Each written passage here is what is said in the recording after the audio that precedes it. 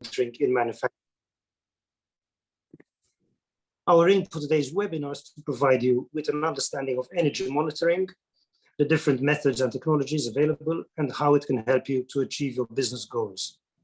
Today's event is the 6th event of a project called the We Make project, which, as was said, is in collaboration between EWA, MBB, and the Motor Chamber, specifically set up to promote energy efficiency in manufacturing. We have an excellent panel of speakers who will share their experiences, thoughts, and insights in this field.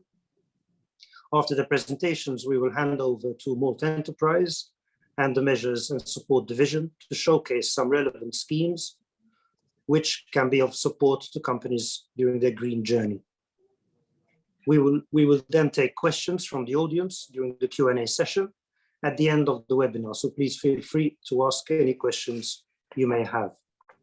Thank you for joining us today, and we look forward to engaging and an informative session. Let's begin. Thank you very much, Chris.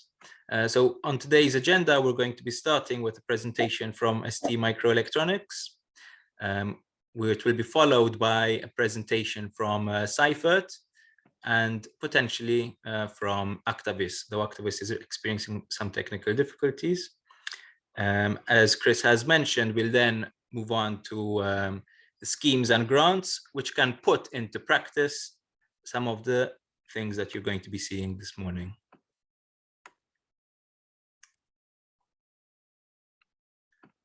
So Virginia Gonzalez is going to be presenting this morning. Over to you, Virginia. Thank you. Ed, you prefer to share the screen or? Go ahead and share the screen. Yes, you can share it. Sure. Thank you. I have it here, but you want? I will share it. Okay. Thank you, Eddie.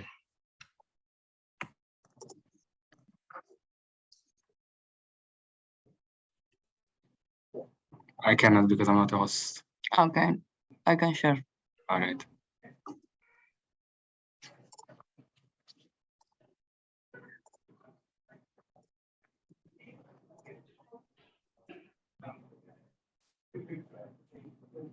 Very good. We can see it. Yes? Yes, thank you. Yes, very good. Ed, you want to start or? Yes, I can start. Mm-hmm. So we are going to introduce the energy management and mainly the monitoring system of ST Microelectronics Malta by my colleague Virginia Gonzalez Ruiz and myself. Virginia is electrical engineer of the company. She is part of the group of plant facilities. Myself, I'm the environmental and the energy champion of the company. I'm responsible for the maintenance of the management system, such as ISO and other schemes that are applied at our operation. So just to introduce the company, Virginia, can you skip? Yes. So as an engineer, I will first introduce ST Microelectronics as a company, as a corporate-wise, and a bit I will go into details in Malta. After I will show that how our energy management is linked to our main commitment, how we are managing it internally, and what are the main features of the energy management system.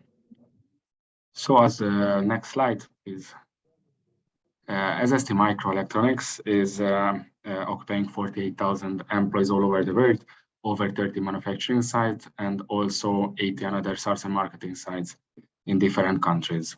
Obviously, they are distributed between the European Union and also out of Europe as well.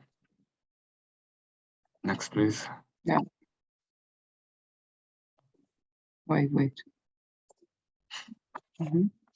So on this side, we have shown all the sites which are actually manufacturing site. The similar sites to Malta, as we are a backend site, is marked in yellow. All the other sites are except one in France. They are out of Europe, who's are conducting different similar activities as we are doing in terms of testing and finishing of our final products. Next, please. Mm-hmm. So ST Microelectronics Malta We are in 1,850 employees in total, and our installed capacity is 2.72 million units per day on our site. We are working 24/7, and obviously with usually one shutdown a year, 364 days in total. So obviously that has a high impact on our energy management. Next, please. So how it come to STMicroelectronics to actually maintain the energy management system? In 2021, STMicroelectronics Corporate has committed to be carbon neutral by 2027. Obviously, this commitment is applies for all the sites such as Malta as well. One of the first step of the carbon neutrality program was the implementation of ISO 50000 envo management system. But after the second stage audit, STMicroelectronics Malta has achieved in 2022 February. Obviously, our first steps on the way was that we had to conduct a gap analysis where we are missing anything which would be part of the energy management system. We were identifying our significant energy users, and obviously we set it up applicable KPIs, energy performance indicators, which is going to be considered as part of our general performance of the full factory. Obviously, once we identified the significant energy users, we could finally give priority for those projects in terms of improvement, which has high impact on our energy consumption. And later on, Virgin is going to explain that how we are conducting these saving projects and how we are monitoring our performance on a weekly basis. Our first certificate is going to be coming by the end of this month. So we are maintaining our management system, obviously with all the standard requirements in terms of auditing and in terms of internal improvement programs. For the next slide, please. Once it comes to the management system of this energy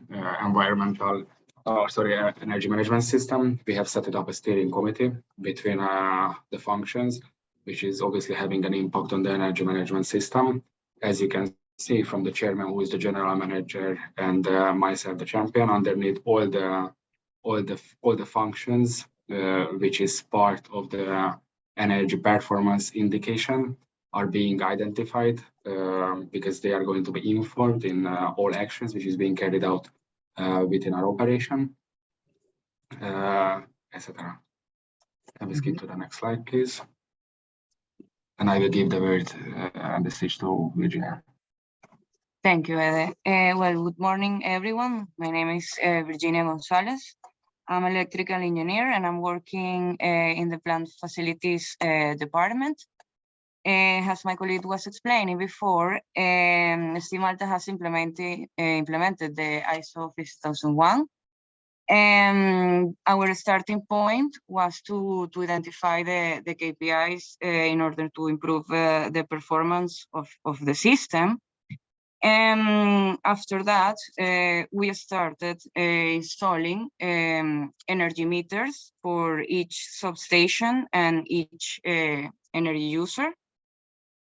At the same time, integrating this system to SCADA, so in such a way that we can monitor it from the screen.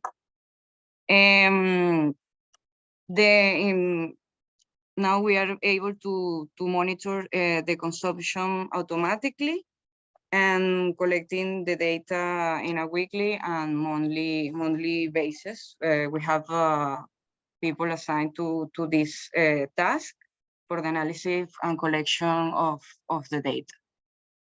The benefit of this implementation was to reduce the scope to carbon emissions. We are also able now to identify the significant energy users, as we mentioned before. And having that, we compare the consumption also with production. We identify any energy waste just in case, and in case that having that, we can implement actions in order to eliminate them. And another point is, well, creating action plans according to the priority. Now, having identified our energy users, we can have a better picture of our system, our monitoring of the system. And currently, we are working in the integration of remaining panels and the settings of alarm and some other details. And if you want to add something else, Ede, No, I think we are at a point. Yes, If there would be any questions, yes. I will give way to the people if they would like to pose them. So, are there any questions? Yes. Well, we could. Yes, someone has a question. Go ahead.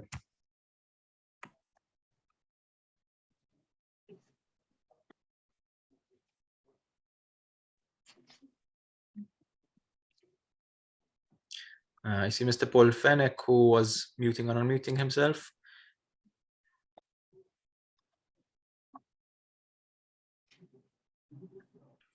Okay. Okay. Yes, we can hear you. We can hear you. Apologize for that. Yes. So first of all, big well done. I really like this. It's very structured. So well done, Nesty. My only question is that earlier on you mentioned that you will be carbon neutral by 2027. Okay. Yes. So my question is this: when we say carbon neutrality, okay, my understanding, okay, is that you'll have to consider not only scope 2 emissions, you'll have to consider scope 1 as well. So just for the people on the call, scope 1 are the direct emissions, okay, of the company. Yes, right. Scope 2 is the indirect emissions. Normally it is the electricity supply, unless you have other sources of energy. But more importantly is scope 3, okay? So scope 3 are normally more of a bigger challenge. Why? Because these are happening in your value chain, upstream or downstream, okay? So my question is, when you set the target for 2027 and you're saying carbon neutrality, are you actually considering also, I would say, scope 3? Of course, yes. The reduction is going to come from all scopes. So technically, the program is a corporate program. But just having said this, that in our case, for example, in the special case of Malta, in the last report, 2021, 84% of our CO2 emission was generated from or coming from scope 2. So once we give, obviously, here in the road, we are in the first steps. So once we reduce the biggest part, after we can concentrate obviously on the more challenging ones. The supply chain is being, let's say, moderated by corporate. So technically, once they are choosing the materials of the production, it's coming into consideration how to let's say control the joint indirect emission.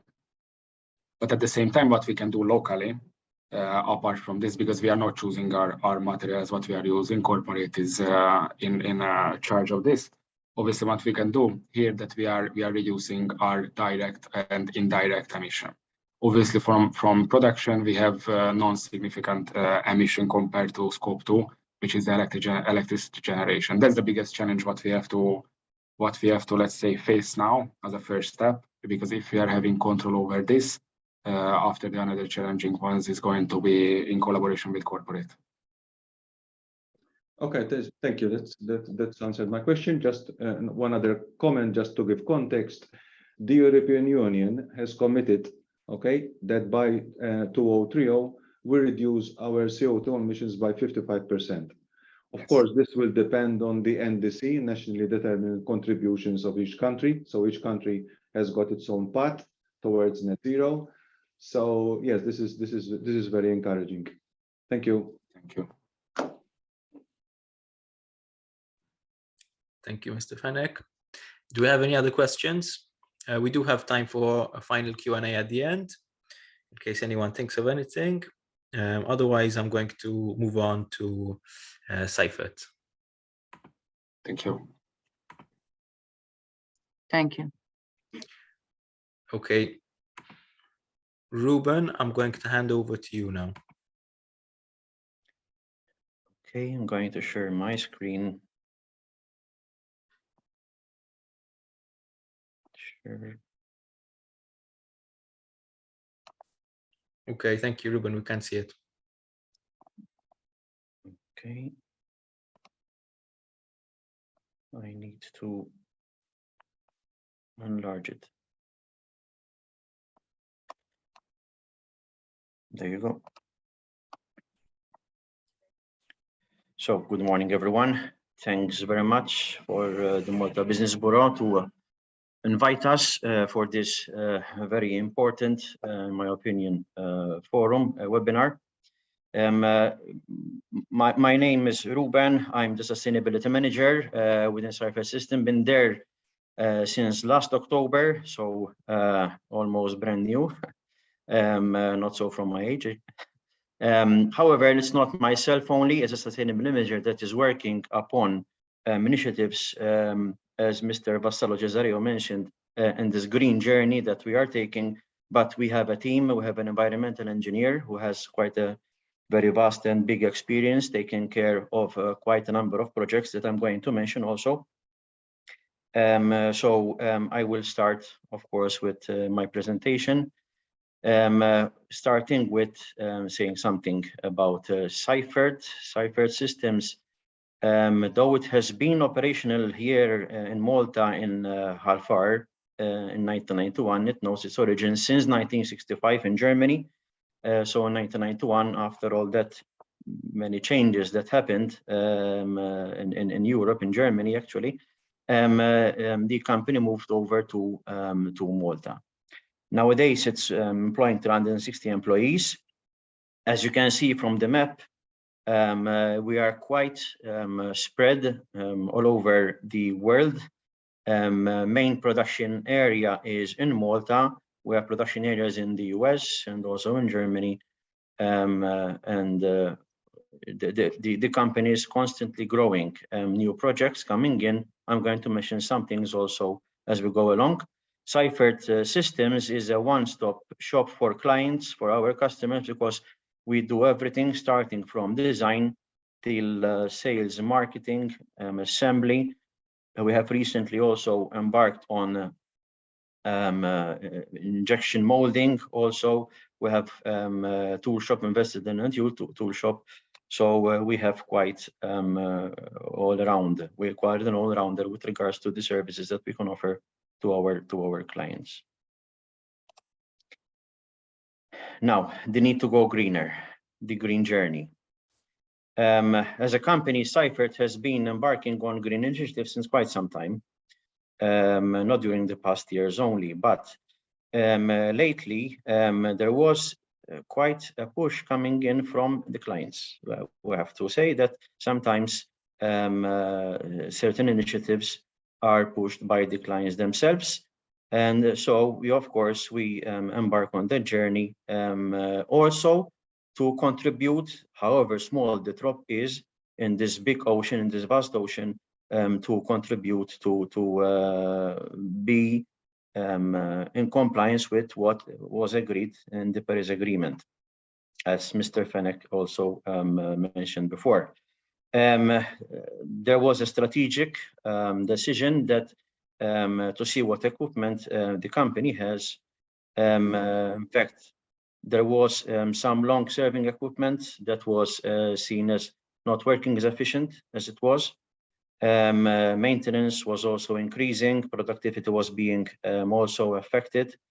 And so there was the need to do some action with regards to this. And there was a strategic decision from the management team that we need to renew a number of equipment, of course, in a gradual manner and in a strategic manner.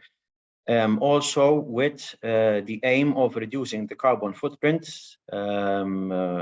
and also to allow for better use of resources. Resources today, especially human resources, are starting to be a little bit more maybe of a challenge. So sometimes we have to think a little bit out of the box, I think more than a little bit. There was also, and while we were there, there was the opportunity to relocate processes to create leaner flows and so contribute more to efficiency. And of course, we needed to go for more automation and keep Industry 4.0 on the agenda. Monitoring of energy, this is something probably everyone does. We are monitoring our energy on a daily basis. We have also a set of PV panels. Up to now, we have something like 1.1 megawatts installation. We are monitoring both the energy that we are consuming and the energy that is being produced. And we can say that since the installation in 2015, these PV panels have produced, let's say 60%, close to 60% to whatever with what we require with regards to energy. We plan to increase more PV panels as time goes by in the next couple of years. In fact, we have an installation only awaiting the inverters. So we will see another reduction there with regards to the difference between what is being produced and what is being used. Monitoring of energy, it's very important to monitor. As you can see in 2017, there was a spike. There was very true some more production, but there were also some things that needed to be taken care of. So that monitoring basically prompted to go a little bit around our equipment, and that's why I mentioned before that there were equipment that was aging. There was equipment which was working there since 1997, for instance, you know. And to give you some examples, all right, and each and every equipment was monitored on its own accord by means of energy meters. We hired the services of third-party companies in order to monitor the amount of energy that the equipment is using compared to the production that is coming out of that particular equipment. In a particular case, we had a vacuum furnace. In this vacuum furnace, there is a vacuum is created in order to have soldering basically done seamlessly. So in order to avoid any leaks in heat exchangers that were done in-house, basically. However, this equipment was seen to be leaking, so it was one of the first equipment that was monitored. It was seen that it was using 35% more energy than it should. And of course, each and every part that was coming out was consuming more energy per unit. There was also some unreliability with regards to quality. There was some rework. So the decision over there, since it is a specific and a specialized process, the process was stabilized, but eventually it had to be removed. In that case, it could not be improved because the, let's say, the business in that area was still was going on a decline. So the equipment was basically commissioned in 2020. However, there were other instances like the powder coating curing furnace. We have a process whereby after sheet metal is formed, the sheet metal basically is punched, it is cut, as we're going to see later on. It is formed, and in some cases, in many cases, there is the need to coat the powder coating, the sheet metal with powder coating with the particular color that the client requires, according to their corporate image. And after powder coating it, then after depositing powder coating, it has to be cured in such an oven as being shown over on the slide.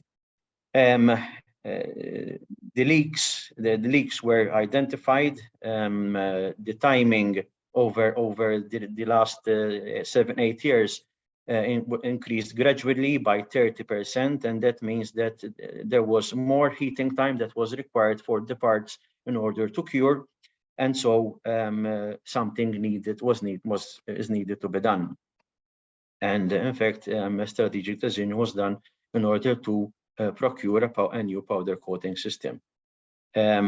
This to anticipate a little bit what I'm going to say in a slide in one of the coming slides, it was integrated with another process, all right, and with some circular economy also included. So what I'm trying to say here is that monitoring of this equipment resulted in other ideas like the utilization of circular economy, which will not only compensate for the excess energy that this oven is taking nowadays, but it will further improve also on other processes. Another system that was also quite, let me say, quite used, quite old, was our compressed air system. I've attended also a number of webinars organized by the Malta Chamber in the past, in the months, where compressed air systems are quite a culprit with regards to energy consumption. It is very true, because this compressed air system that was operating since 1997 was accounting for almost 19.5–20% of the annual electricity bill. And once again, we commissioned a third-party company, and they spent a couple of weeks monitoring the equipment to see the way that it was working, the loading and the unloading, the working times, and a number of conclusions were done, such as there was unnecessary cycling of the compressors. There were two compressors. One of the compressors was continuously cycling in order to fill up the demand. There was, especially because there was sporadic high demand from certain equipment for short periods of time, and these sporadic high demands were also occurring on a frequent basis. Pipe sizes were not consistent. There was also the issue that the compressor system was being left switched on for those times where there is no significant production. So there were some inefficiencies, not only in the equipment itself, but also in the system as a whole, in the network. For instance, there were, of course, leaks. These were corrected. The improvement there was about 2–3% improvement. However, it was identified that due to there are quite some differences, some different size piping in the network. There are still today flexible piping, which is going to the hand equipment basically, and that is set to be corrected in the very near future. So the very near future, I must say, it is almost today, because the new compressor system has arrived. As you can see, it's still under in the packing, with the packing material also included. We have used Kaeser in the past. We have gone to Kaeser also today, work together with a local company. And a number of actions were done also during the design stage in order to correct a lot of inefficiencies that there were in the past. Sorry. Most notably is that the compressors that we have nowadays, or the old compressors, let me say, were two fixed speed compressors, whereas these compressors now are both variable speed compressors. So that is expected to give us some gains. We have increased the storage capacity in order to, as much as possible, remove the need for any cycling or any excess trimming, let me say. Trimming now would be relatively better because of the variable speed. And we also, once again, took the opportunity to utilize the heat that is generated excuse me, by this equipment, by the compressors and the system, and there is an integrated heat recovery to heat process water for another process. This another process is the process that I mentioned just in the previous slides, related to the powder coating system, basically. All in all, and also with the improvement of the piping in the network, it is estimated that there will be a 65% decrease in the power consumption with these new compressors compared to the old system that we have today. There were other initiatives also that were taken while we were giving a good look around us. We have started studying a method a couple of years ago. The study now has resulted into an intelligent sheet metal management system, which is comprised of a storage system, which is 8 meters high. This is a very big change for us. Space is a premium everywhere. And that means that whatever was being done in a span of area in approximately 1,500 square meters of storage of sheet metal now is being done in 214 square meters, which is quite a big improvement. And not only that, the system is intelligent. It is operating, it is speaking basically with a number of sheet metal punching and sheet metal bending machines, and also to the ERP system. The system will provide full traceability of each part in real-time status. And it will, as I said, it will be speaking with a number of new machines also. These are coming all from the same company, so it made it easier for us to have communication done between the system and the machines. And not only, as I said, this system is speaking with the ERP system. So the ERP system is sending information to the storage system and to the machines, basically, in order to schedule the orders as they come in, and also create a workflow first to a particular punching machine and then send it to another bending machine.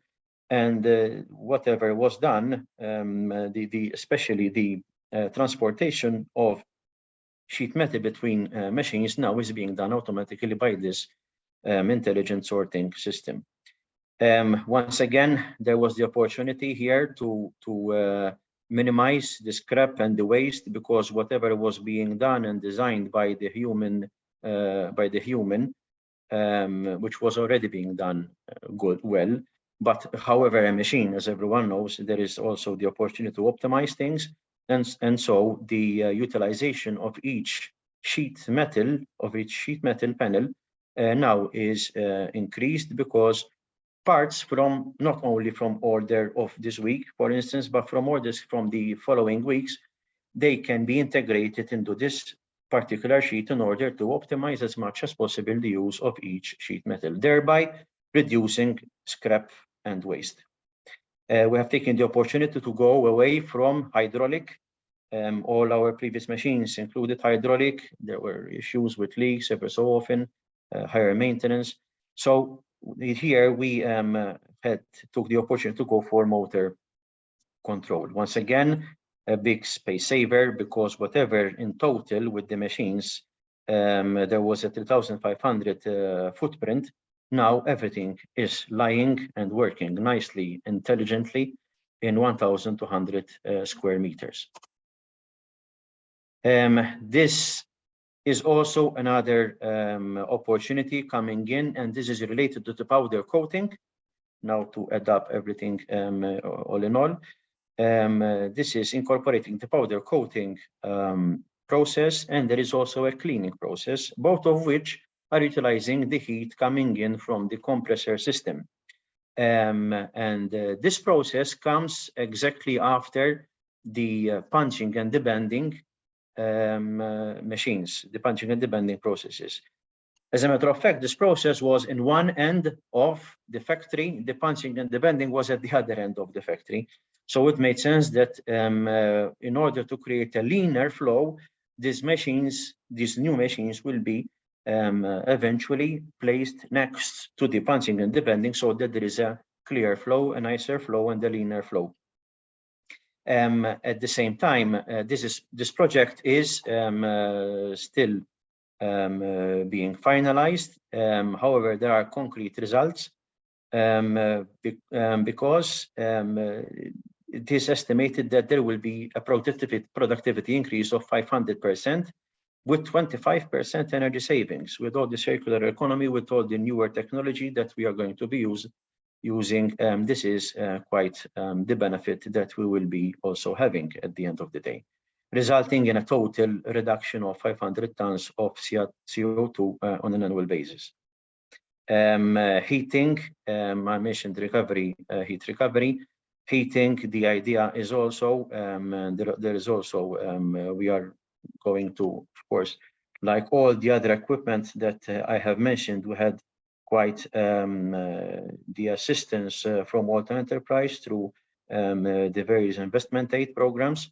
This includes also water heating system utilizing solar collectors. So this is something that, as much as possible, we are going away from utilizing fuels in order to make the heating in our processes. Everything that we have mentioned, the energy monitoring, the ensuing actions, this has all helped in achieving carbon neutrality. Seifert Systems has been carbon neutral since 2020. Here we have engaged the company Focus Zukunft. It's a German company, whereby they are measuring scope 1, scope 2, scope 3. We are in collaboration with them, giving them data, and they are also making their diligences and also assisting us in the certification, the required certification. As you can see there, in 2020 we were 920, and 2021 we were 710 in total with regards to CO2 emissions. And the intention, the target is, of course, we have to decrease everything with all the scopes, but definitely what we have the most control out of it immediately is scope 1 and 2, and by 2026 the intention is to go down to slightly below 300 tons of CO2. This is an extract of the report and showing also the certificate, one of the certificates that we were given in order to achieve the neutrality, the carbon neutrality. And as you can see over there, all scopes, scope 1, scope 2, and scope 3 are also included in the exercise for 2020, 2021. For 2022, we are in progress also in order to have this also in order. So sustainability, we have been CO2 neutral since 2020, apart from 9001, we're also 14,000 ISO 40001 certified.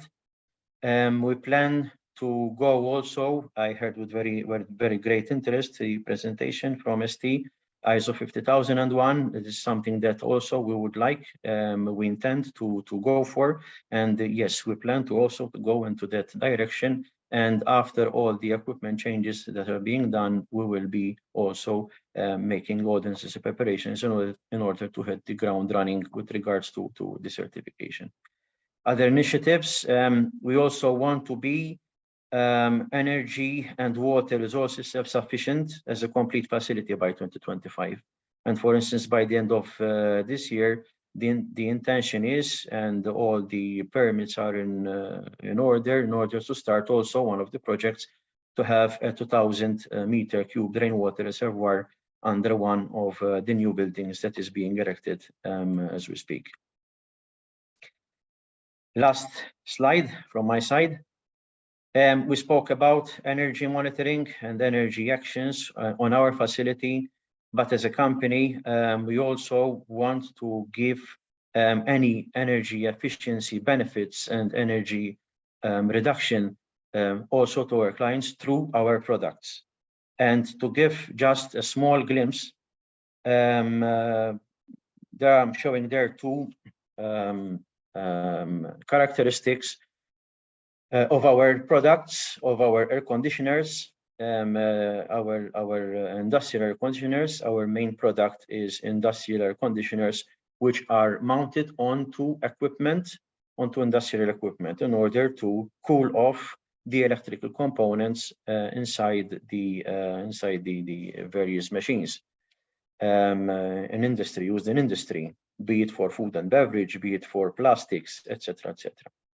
The power consumption, the progression, if we see from 2015 till nowadays, is constantly decreasing, and the cooling capacity is also slightly increasing up to till now.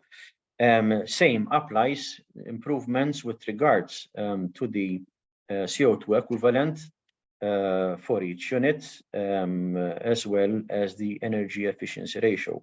So this is contributing to around 47% less consumption to the client, and all in all 50% or more than 50% less CO2 equivalent per unit to the client.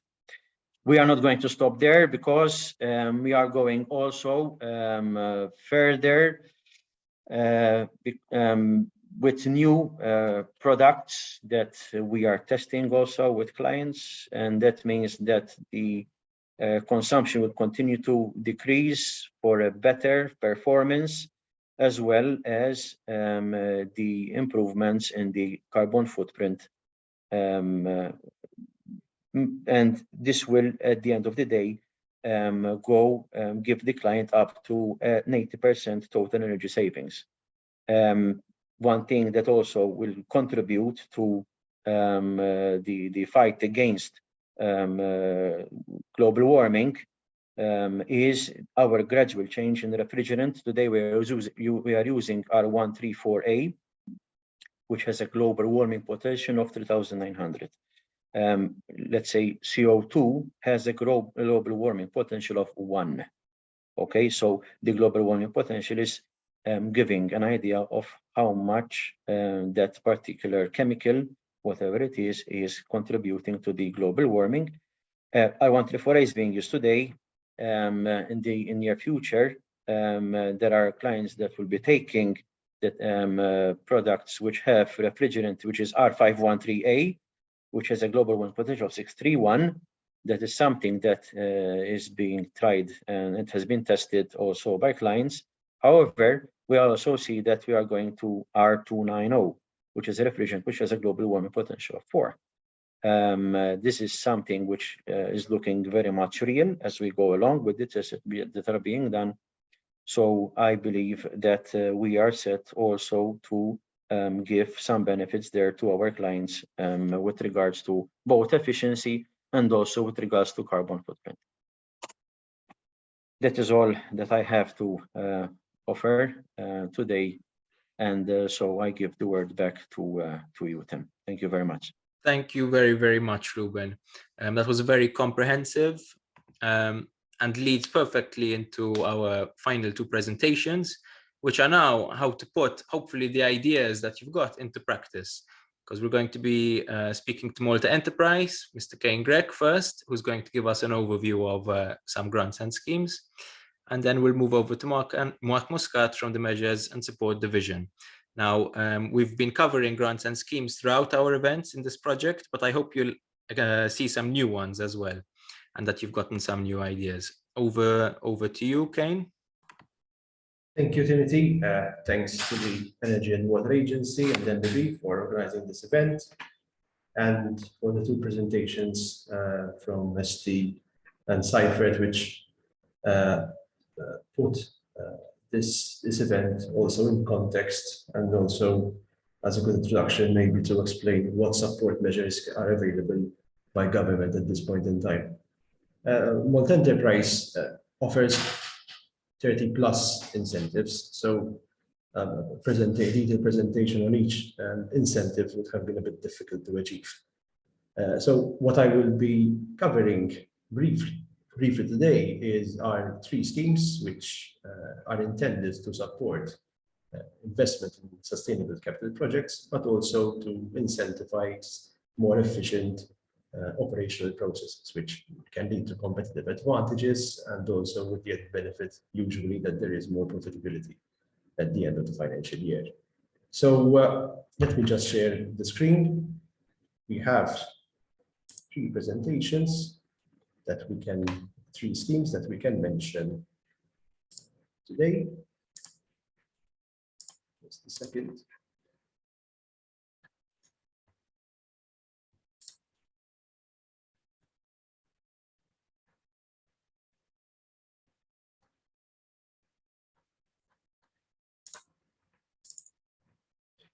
So we can start with the INVEST scheme. The INVEST scheme is intended to support projects, usually of a capital in nature. So it's a capital expense related scheme, which are intended to carry out an initial investment projects. Now, initial investment projects, in order to understand the scheme, we need to understand the scope of the incentive.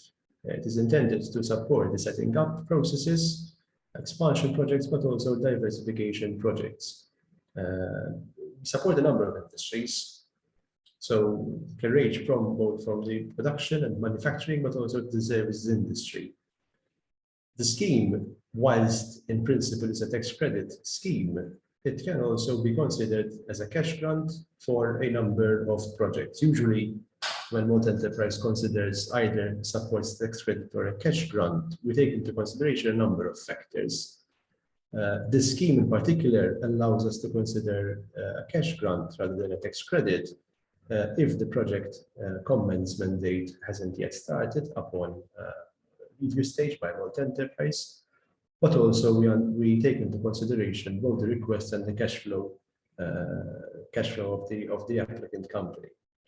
If we see also that the proposed project has the added value of creating a positive economic impact and can lead to, as I stated before, maybe new competitive advantages, that is also something that we consider when deciding whether it's tax credit, assistance, or a cash grant. If we see that there is a considerable amount of tax due by the applicant company, usually we shift towards assistance as a tax credit.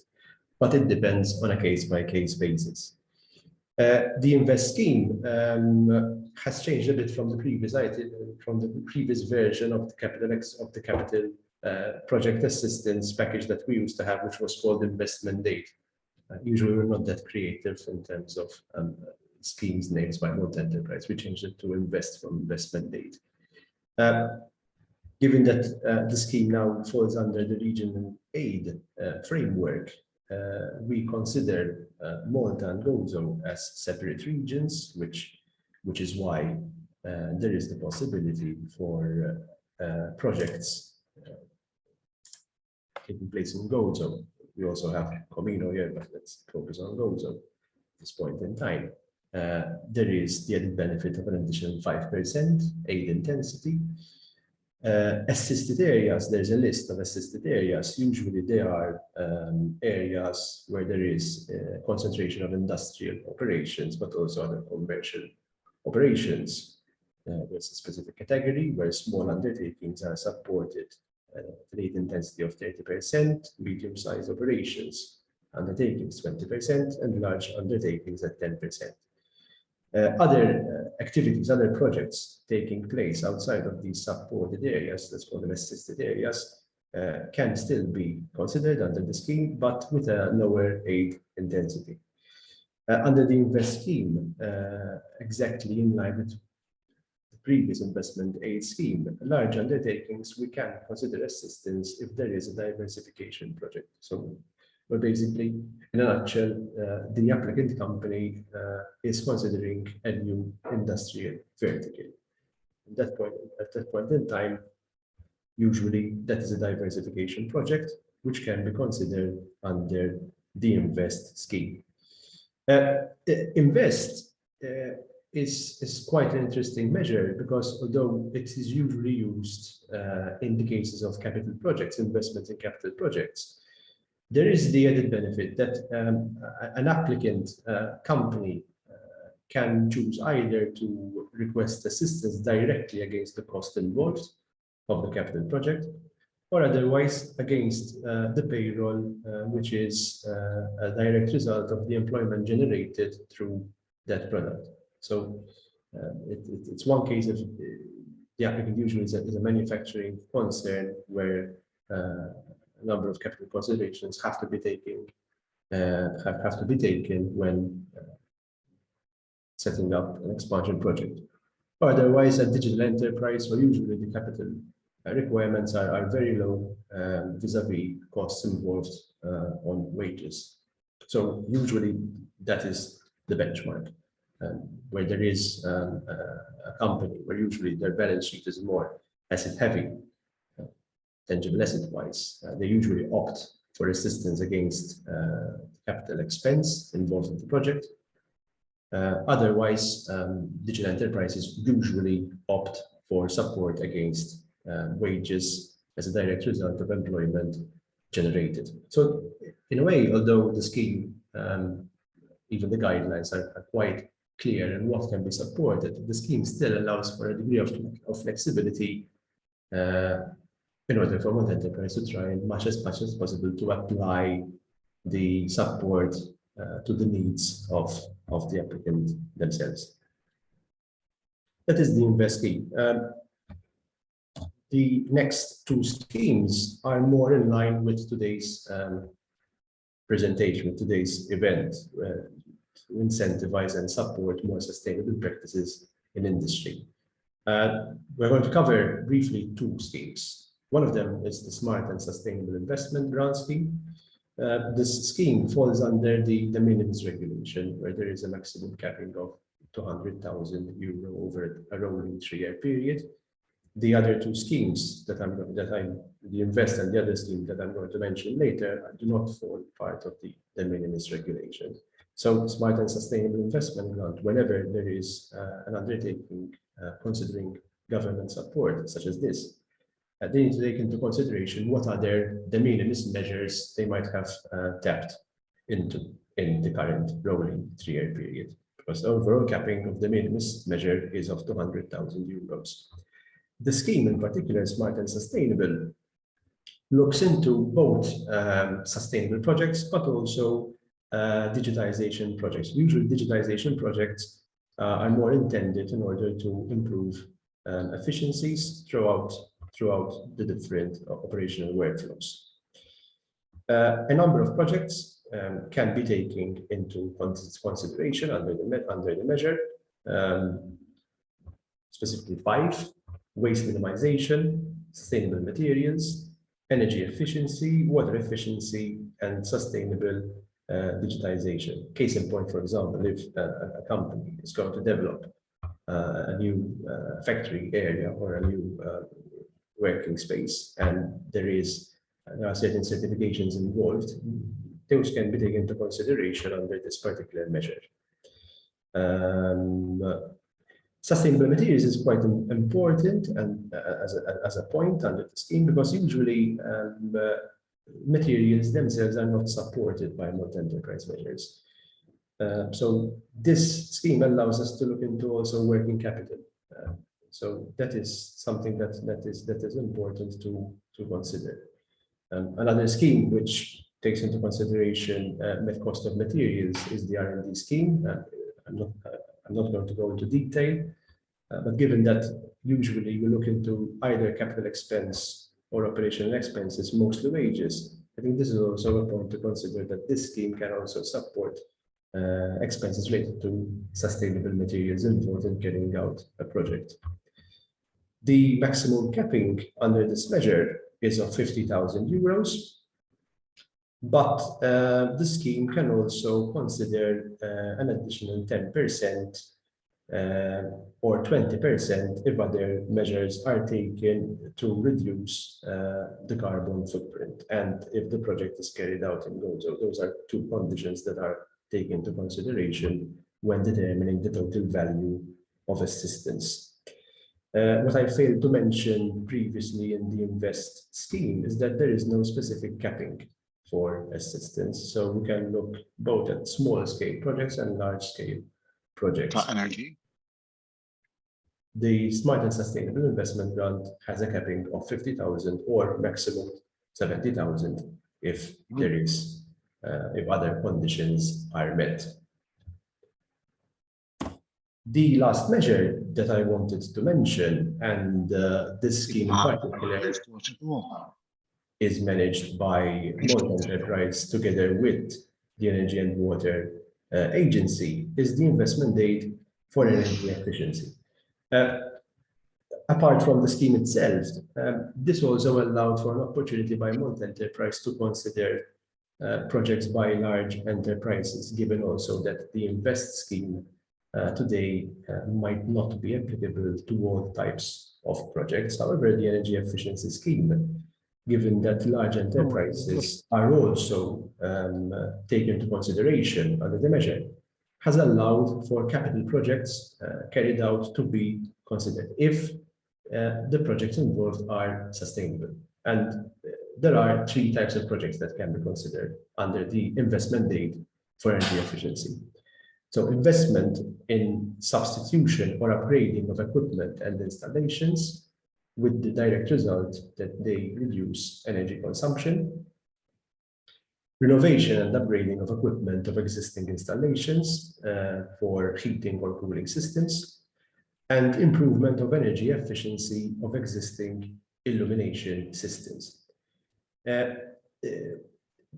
What is important also to know is the scope of the incentive is to improve energy efficiency. So we have to take into consideration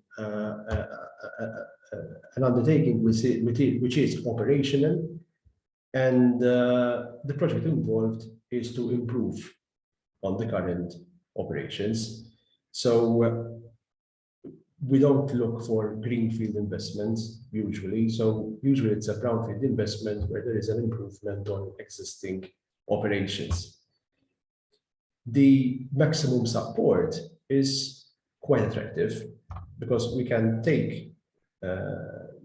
look into a 50% aid intensity for small enterprises, 40% for medium-sized enterprises, and 30% for large enterprises. Now, in principle, the scheme is a tax credit incentive.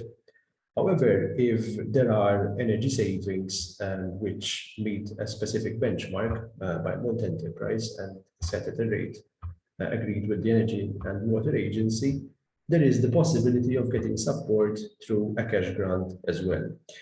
Again, whenever Malta Enterprise decides on whether assistance is either a tax credit or a cash grant, we also take into consideration the other factors that I mentioned for the INVEST scheme. Usually that applies across the board for all incentives. Projects have to commence within a 6-month period, within 6 months from date of approval, and the project timeline allowed for this measure is of 36 months, is of 3 years. Usually also this applies for a number of measures. From my end, with regards to the presentation, that's it. It was intended as a brief overview of some of the schemes available. If there are any questions or clarifications, I think we still have time to go over some of these, Timothy. Thank you very much, Kane. Yes, we can take some questions. I have one actually regarding the Smart and Sustainable scheme. My understanding of the Smart and Sustainable scheme is that it depends on a carbon reduction to be eligible. So you've mentioned sustainable digitalization, and this is especially relevant because of the energy monitoring aspect and of course associated software. Can you tell me what counts as sustainable digitalization for the sake of that scheme?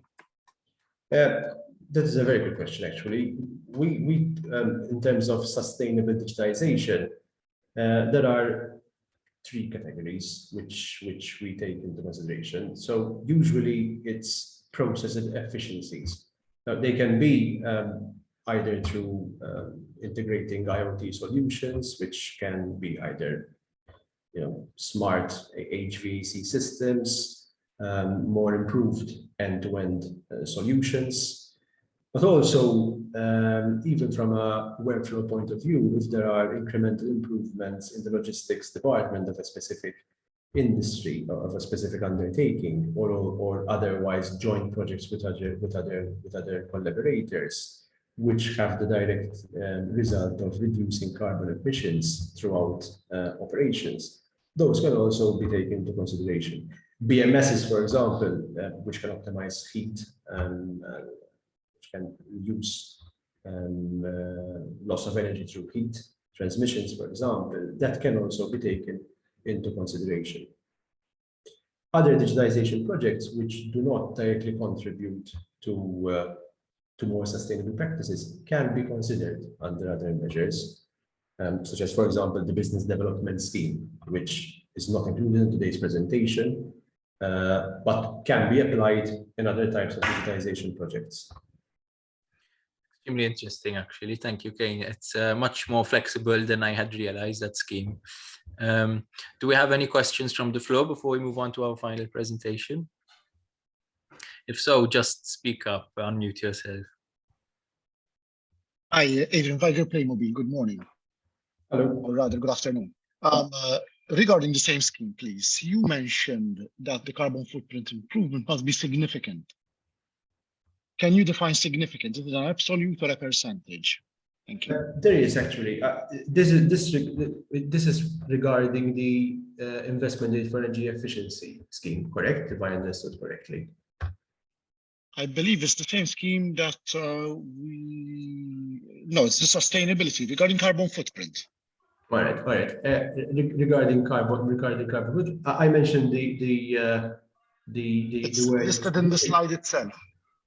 Right. I mentioned the word significantly. In fact, both for the smart and sustainable, but also the investment aid for energy efficiency. Let me just jump for a minute on the energy efficiency scheme, because that is the determining factor whether we support either through a tax credit or a cash grant. Because although the level of assistance can, under the investment aid for energy efficiency, can go up to 50 million per project, it makes a difference whether it's tax credits or a cash grant. This is a quick calculation that is also found in the guidelines themselves. So for the energy efficiency scheme, when deciding whether it's tax or cash grants, and also depending on the request of the applicant themselves, we take 30% of the eligible cost involved of the project and divide them by the rate per unit, which is set at 7 cents per kilowatt hour, plus the expected lifetime of the investment itself. So that is, which leads me to the word considerable decrease in carbon emissions.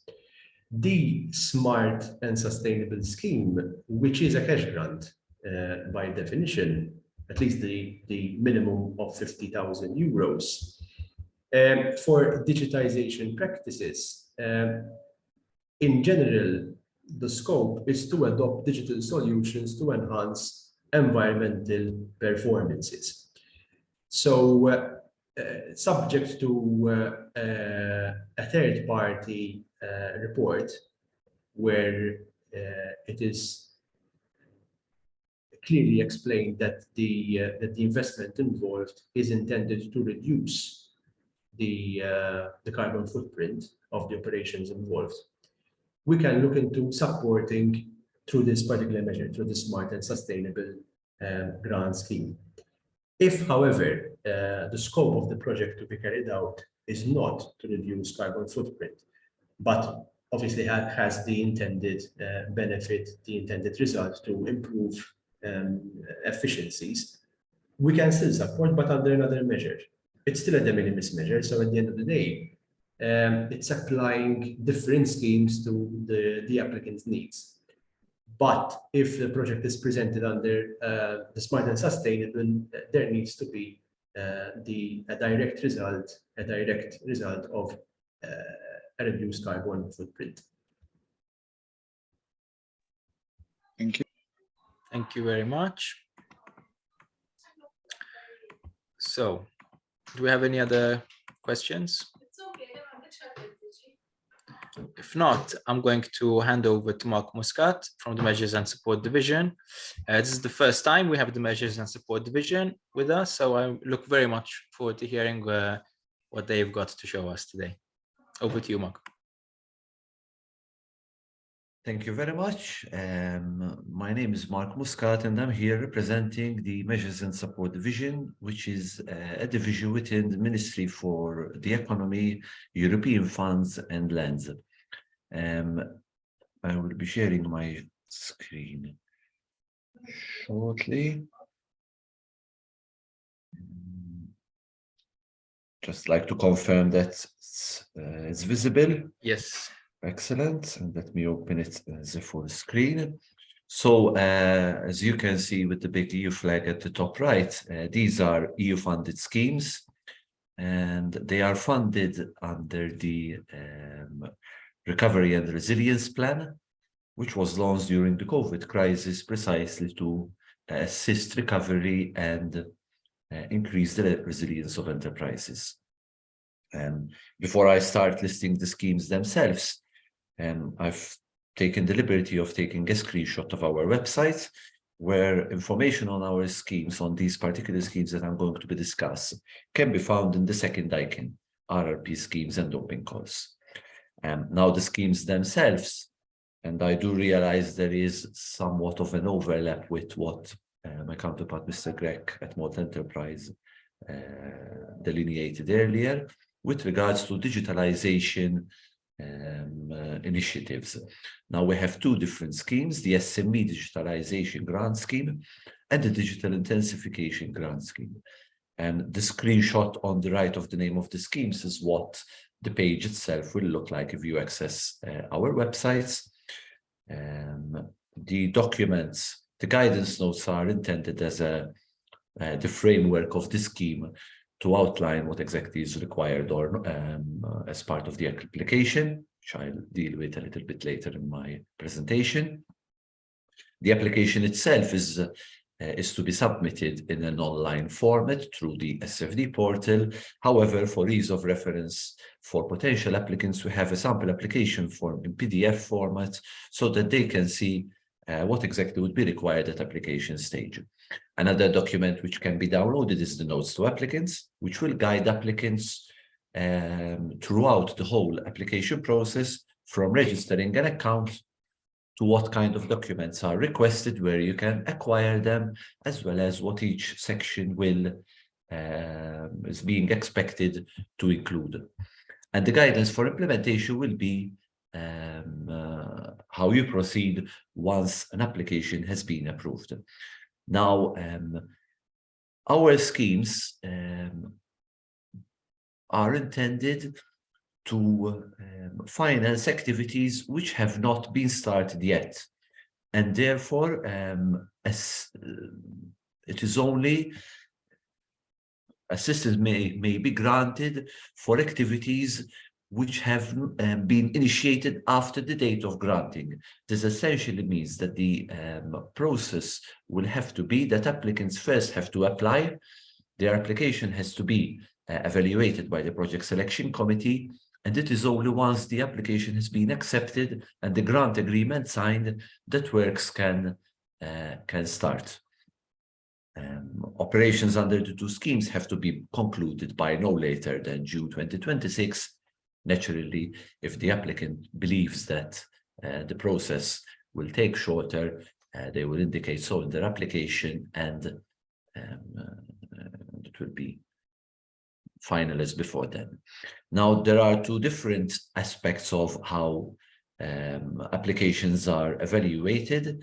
First of all, the gateway eligibility criteria will outline whether A, the applicant is eligible for aid, B, whether the items being applied for fall within the remit of the scheme, and thirdly, you will then go towards the selection criteria, where a qualitative assessment will be undertaken based on a number of criteria, and an application has to reach 50% in order for the project selection committee to ascertain whether it is a sufficiently robust application for which aid should be granted.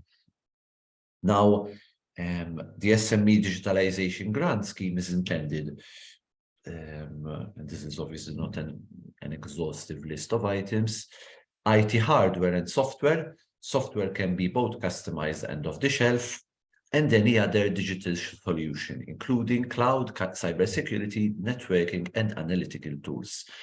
In the context of this present webinar, digitalization initiatives may also include smart energy monitoring software and other software which may lead to energy gains, let's call them that way. This scheme falls as well under the de minimis rule, and the maximum amount of aid that can be granted per application shall be of 50,000 euros. It is also capped at 50% in Malta and 60% for operations based in Gozo. So whichever is the lower of the aid intensity or the maximum amount is what the beneficiary shall receive. The Digital Intensification Grant Scheme, broadly speaking, also assists the same kind of intervention. However, it is aimed at interventions of a larger nature, including significant operation technologies, or perhaps, again, in the current context, including intervention of smart energy software, which might be much more expensive than the maximum of 50,000. The maximum amount of aid eligible under the scheme is under the scheme is 200,000 per undertaking, and the percentage to be given depends on the size of the undertaking itself and the size of and the location itself, and it might range between 10 to 30%. This is tied into what Mr. Grech also referred to, the regional aid map, which categorizes the maximum amount of aid intensity that can be given per locality and per region. Enterprises undertakings based in Gozo get an extra 5% top up. Now, the main difference between the two is that it is only SMEs which can apply for the first scheme, and large enterprises can apply under the Digital Intensification Grant Scheme. However, they may only apply if their initial investment is in favor of a completely new economic activity. If the economic activity remains the same, then large enterprises are not eligible for aid under this particular scheme. Again, large enterprises based in localities which do not fall within the regional aid map are not considered eligible for aid under the scheme. As outlined earlier, the online application process is not particularly onerous. You are to register a user and create an application. The application is to be developed. The documentation is to be uploaded, and once then to print and file them accordingly. Now, I earlier mentioned the gateway criteria. Naturally, we will require that an application is completed and submitted in full. An assessment needs to be made about the eligibility of the undertaking itself. In terms of the first scheme, the SME digitalization scheme, the size of the undertaking is very pertinent to the scheme itself, because we need to determine that the applicant's undertaking is micro, medium, or small. There are also a small number of exclusions in terms of what economic activity an applicant is currently undertaking, and therefore we need to check with regards to their NACE code and or their memorandum of articles that they are not in an excluded sector. It is also important for the board to assess that the action and activities for which aid is being requested are actually, in fact, indeed eligible under the scheme, and that the incentive effect has not been broken, i.e. that start of aid, that start of works has not actually commenced. In terms of the both schemes, match financing is also required. This essentially means that, as outlined earlier, a proportion of the amount being applied for will be paid out from our end, which means that the remainder has to be contributed from the applicant themselves. And we require some kind of evidence that the amount that the applicants have to dish out themselves is in hand already, or that they have ready access to it. This can take the form of a bank statement, a bank loan, a letter of intent, or any other means, including a declarations, an accountant's declaration.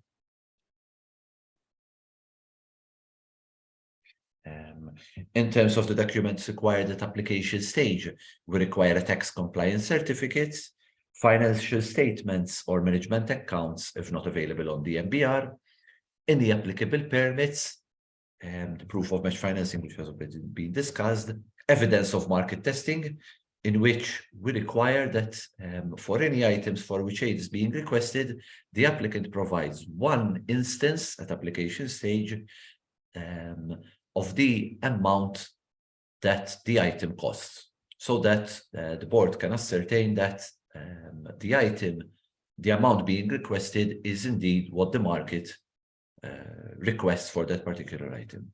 NACE code confirmation, memorandum of articles of association if it's not available on the Malta Business Registry. Same goes for the certificate of registration. And in both schemes, a Gantt chart or a schedule of works is required.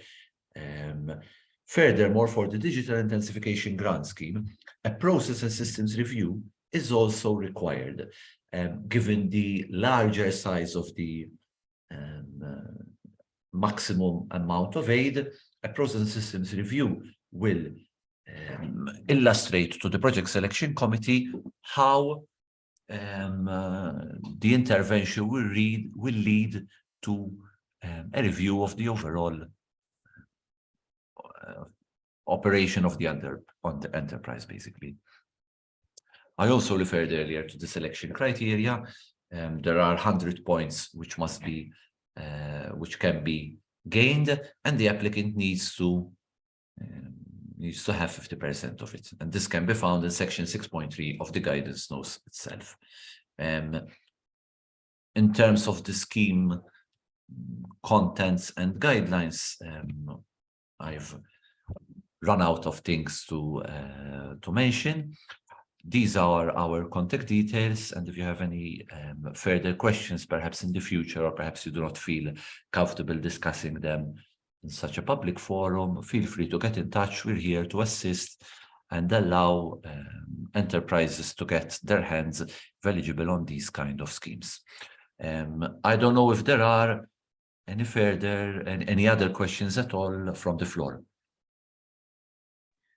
Mark, I do have one Yes. question. Sure. Because late last year, we discussed the first of the schemes, Yes. the one with the higher funding rate. And you said at the time that the deadline was drawing near.